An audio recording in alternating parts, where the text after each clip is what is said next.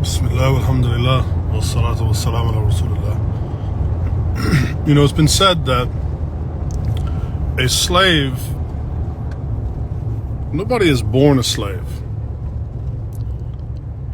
but rather a slave is always made.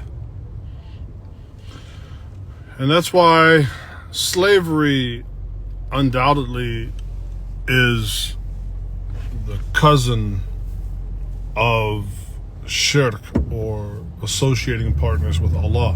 And that's why the only one that it is appropriate to be a slave of is God, of Allah.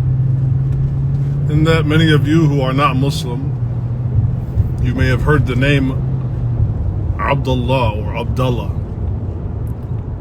And it means the slave of God, because that is the only one to be made a slave of. But there are many people who have been made into slaves as well in their thinking and their mentality. I had somebody close to me make the comment today talking about the situation in Palestine and Gaza. And they said, well, they should just evacuate all the Palestinians and just bomb it. And I was really struck by this. And so I said, well, why? Why should Palestinians, what did they do to deserve being bombed? Why should they be forced to relocate? Why should they be evacuated? And why should their home be bombed? And then, of course, well, what do you do after that? Well, if you did bomb it, which is what they're doing now, but let's just play your little let's play your little game, then what? And what this reveals is how people have been made into mental slaves, that they have sat in front of the TV and they have drank and drank and drank this message from the Zionists and this media that has intoxicated their understanding to such a level. They're so saturated with anti-Arab and anti-Muslim and anti-non-white bias, to the point that they could, in the comfort of their home, very casually suggest the bombing and the annihilation of people who have done them absolutely no wrong. That they would support and encourage the annihilation of a people that have never laid a finger against them, but because they are brown-skinned, non-Anglo, Muslim, Arab. It was a really disturbing comment, but it is also quite revealing of how enslaved many are in the West. And by the West, I mean the global West. I don't mean just in terms of location lines on a map, because the West now it's a global position that now resides in the hearts and minds of people far more than it does in any particular location.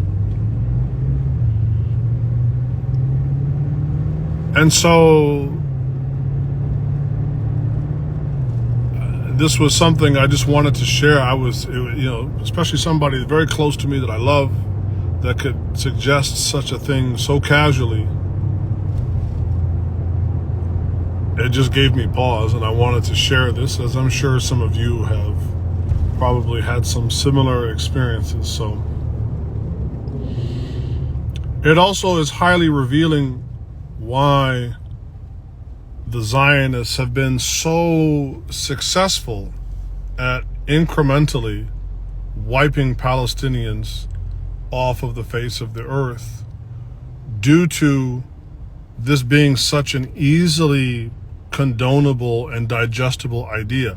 Now, if this were being done to Swedish people, if this were being done to white, because even Ukraine, I mean, look, how many people have been having this blue and yellow flag, lapels and flags and avatars, and people still talking about Ukraine, because that's in that worldview. It's completely anathema to any form of humane logic that you could inflict such barbarism on somebody of white skin and blonde hair and blue eyes. It's simply unimaginable.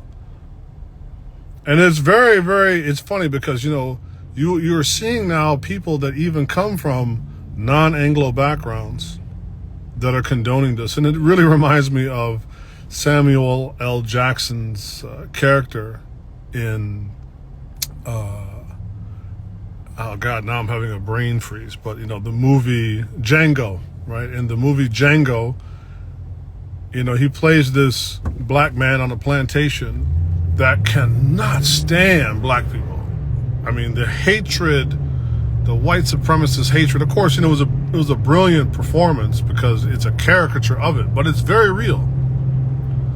To where now you're seeing even people that might normally be able to sympathize because they themselves or their people or in their even very recent history went through similar struggles, are now condoning this.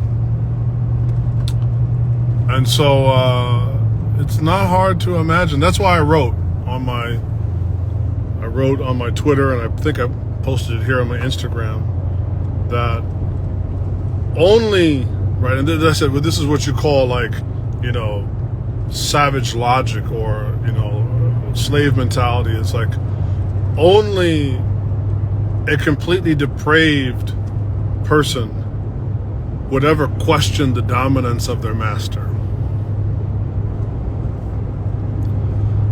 Allahumma salli wa sallim wa barak ala Sayyidina Muhammad.